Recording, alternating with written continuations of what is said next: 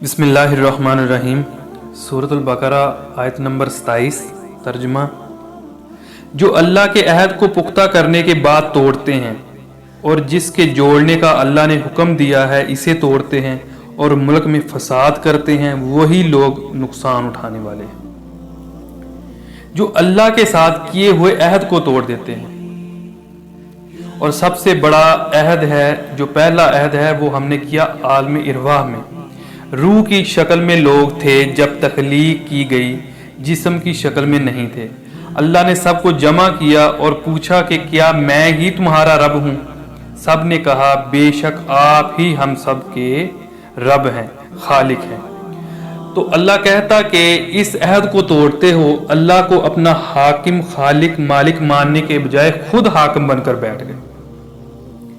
اللہ نے صلہ رحمی کا حکم دیا، تم قطع رحمی کرتے ہو۔ آج مال کی طلب میں بھائی بھائی کو ختم کرتے ہیں، اپنے ذاتی لالچ کے لیے تمام اخلاقی حدود کو پار کرتے ہیں۔ دیکھیں، ہماری شریعت کا فلسفہ یہ ہے کہ ایک تعلق ہے اللہ کا بندے کے ساتھ، حقوق اللہ، دوسرا تعلق ہے بندوں کا بندوں کے ساتھ، حقوق العباد۔ اللہ کا حق کیا ہے کہ اسے حاکم، مالک، خالق سمجھو، خود اس کے بندے بنو، اس کے ماننے والے بنو۔ اور حقوق العباد ہے، انسانوں کا حق کیا ہے کہ سب آپس میں بھائی بھائی بن جاؤ، اللہ کے بندے بن جاؤ۔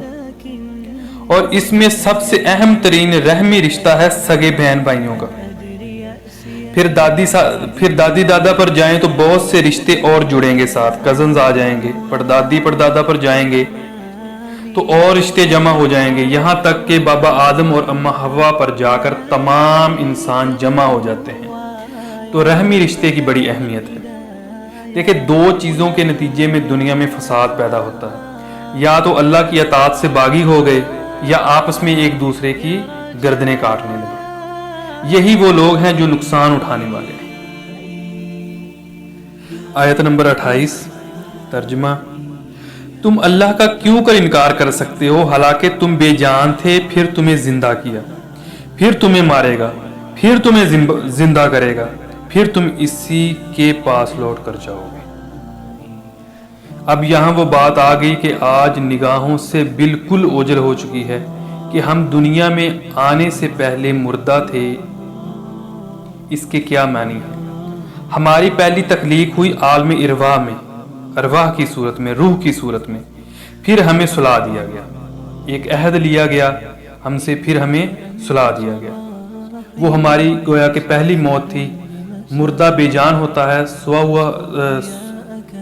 سو رہا ہوتا ہے، تو موت کو اور نیند کو یہاں تشبیہ دی گئی ہے۔ پھر ہمیں جسم کے ساتھ زندہ کیا گیا، پھر موت طاری ہوگی، پھر ہمیں زندہ کیا جائے گا، اور پھر تم لوٹائے جاؤ گے اللہ کی طرف۔ آیت نمبر 29۔ ترجمہ: اللہ وہ ہے جس نے جو کچھ زمین میں ہے سب تمہارے لیے پیدا کیا ہے۔ پھر آسمان کی طرف متوجہ ہوا تو انہیں 7 آسمان بنایا، اور وہ ہر چیز جانتا ہے۔ حدیث شریف میں آتا ہے کہ یہ دنیا تمہارے لیے بنائی گئی ہے اور تم آخرت کے لیے بنائے گئے ہو۔ پھر اللہ آسمان کی طرف متوجہ ہوا اور بنا دیا 7 آسمان، اور اللہ کو ہر چیز، ہر شے کا علم حقیقی حاصل ہے۔